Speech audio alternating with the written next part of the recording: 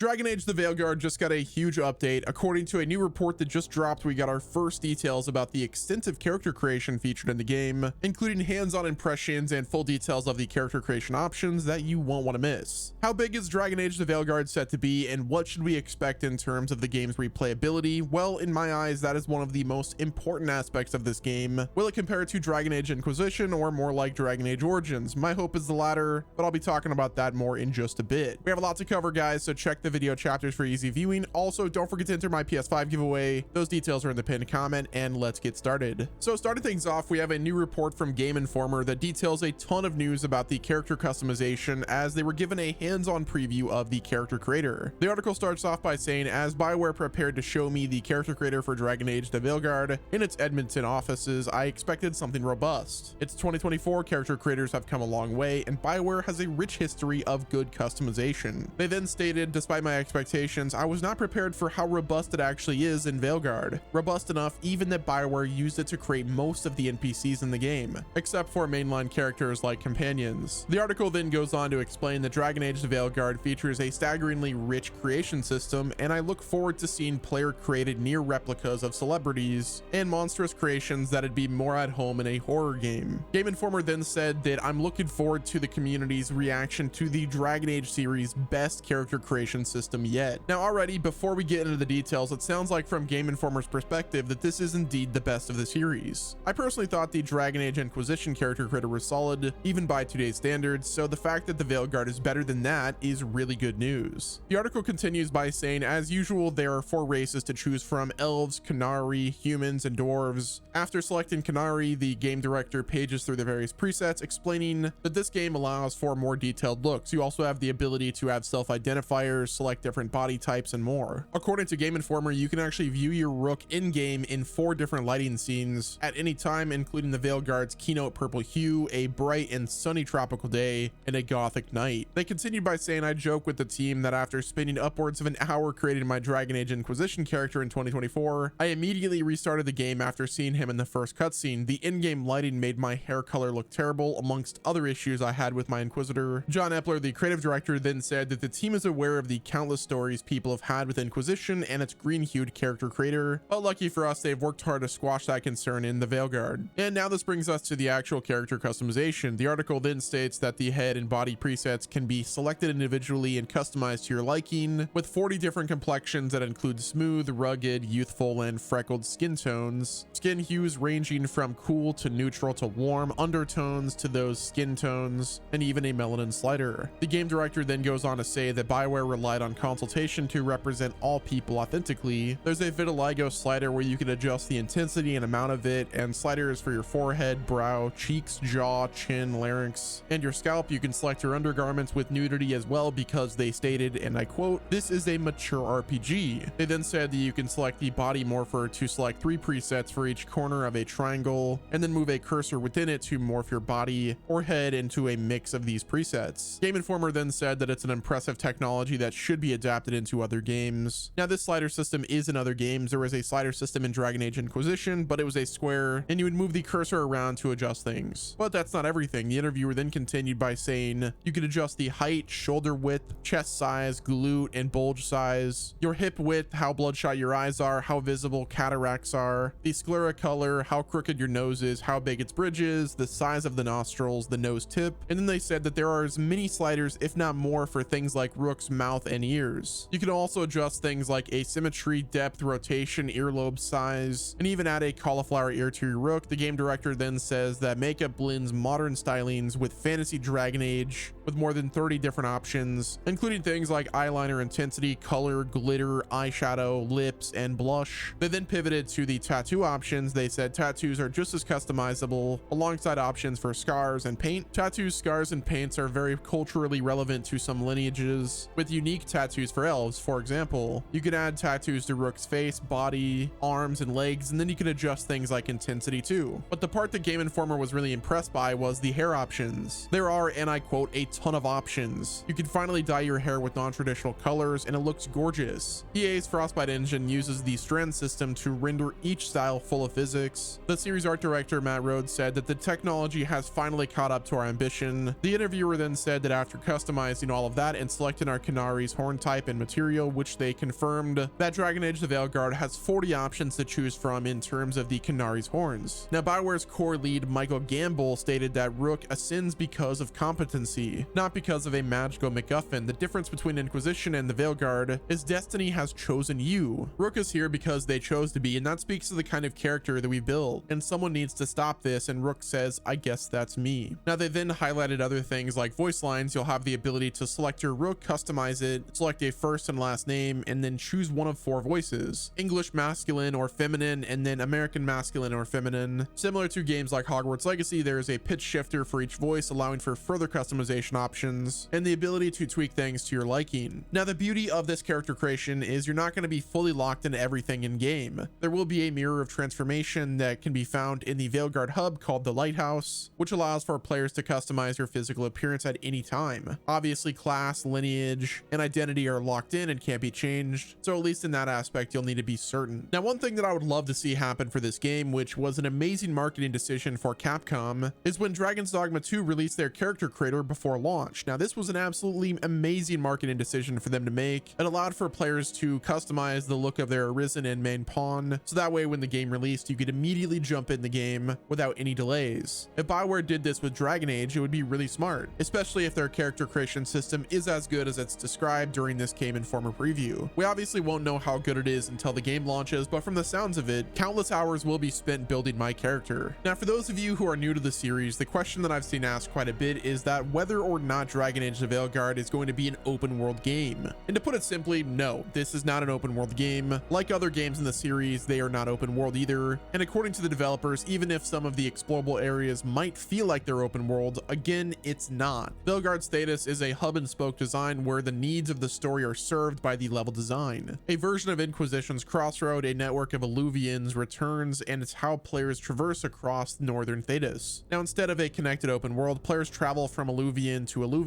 to different areas of this part of the continent. This, like previous game, allows for BioWare to go from places like Minrathous to tropical beaches of Arlathan Forest to even grim and gothic areas. Some of the areas are larger and full of secrets and treasures. Others are smaller and more focused on linear storytelling, but the goal is for them to have a nice contrast. Arlathan Forest is an example of this. There are still options for paths and offshoots to explore for things like loot and healing potion refreshes and other things like that. There's a mini-map in each location, though linear levels like Entropy's Grasp won't have the fog of war that disappears as you explore, like some of Veilguard's bigger locations. But again, the devs have stated that their goal is to have the largest number of diverse biomes in the series history. And already from the in-game images we've seen, it looks like that is indeed the truth. With that being said, the next question we have to tackle is how big is Dragon Age The Veilguard set to be? Now that we know that the game will feature the most biomes/areas out of every Dragon Age game in the series, that should also mean that the Veilguard will be the new largest game in the series. The runner-up is, of course, Dragon Age Inquisition, which is said to be about 42 square kilometers across 13 different areas, ranging from linear regions to much larger open areas. For the Veilguard, we still don't know every region we'll be traveling to, but I'm sure as the months go by leading up to it, we'll be able to deduce most of them, if not all of them. Now, if I were to guess, I would say the Veilguard's total size being around 40 to 50 square kilometers wouldn't be surprising. From everything that we've seen, the scale seems to fit the gameplay very well. Speaking of that, the game will be primarily focused on mission-based quests, and it won't have any like boring fetch quests or busy work, so the gameplay and pacing we saw during the gameplay presentation should be how most of the experience will play out. I'm sure the pacing will obviously depend on how your playstyle is, as player choice is at the forefront of the design for BioWare. My biggest hope for this game is an experience about like Dragon Age Inquisition in terms of the game's scope, but I really hope that BioWare has nailed down the replayability with this game. The replay value of Inquisition is solid, but it wasn't nearly as good as Dragon Age Origins, and obviously I'm not expecting to get an experience of the likes of Baldur's Gate 3 with replayability, but my hope is something along the lines of Origins. Speaking of that, I think it might be time to start a new playthrough.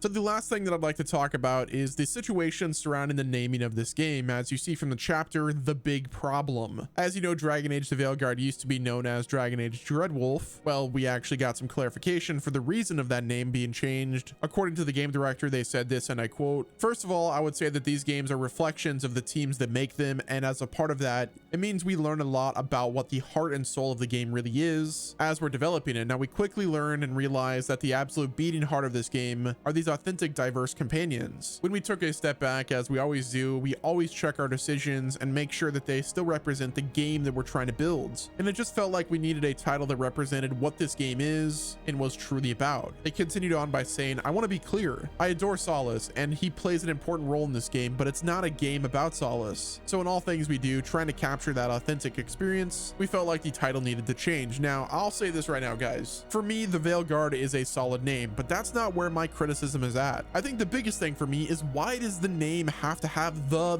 in it? Like, Dragon Age Veilguard sounds so much better. Whoever decided to put the in the title, like, come on, rethink it. To quote the Social Network movie meme, drop the, it sounds cleaner. And it does. Either way though, guys, that's gonna wrap it up with this video. If you enjoyed my coverage of Dragon Age The Veilguard, do me a favor, hit the like button, subscribe to the channel with your notifications turned on so you're not missing out on any future news and updates. Don't forget to enter the PS5 giveaway. Those details are in the pinned comment. And until next time, this has been Wes. I'll talk to you guys in the next video.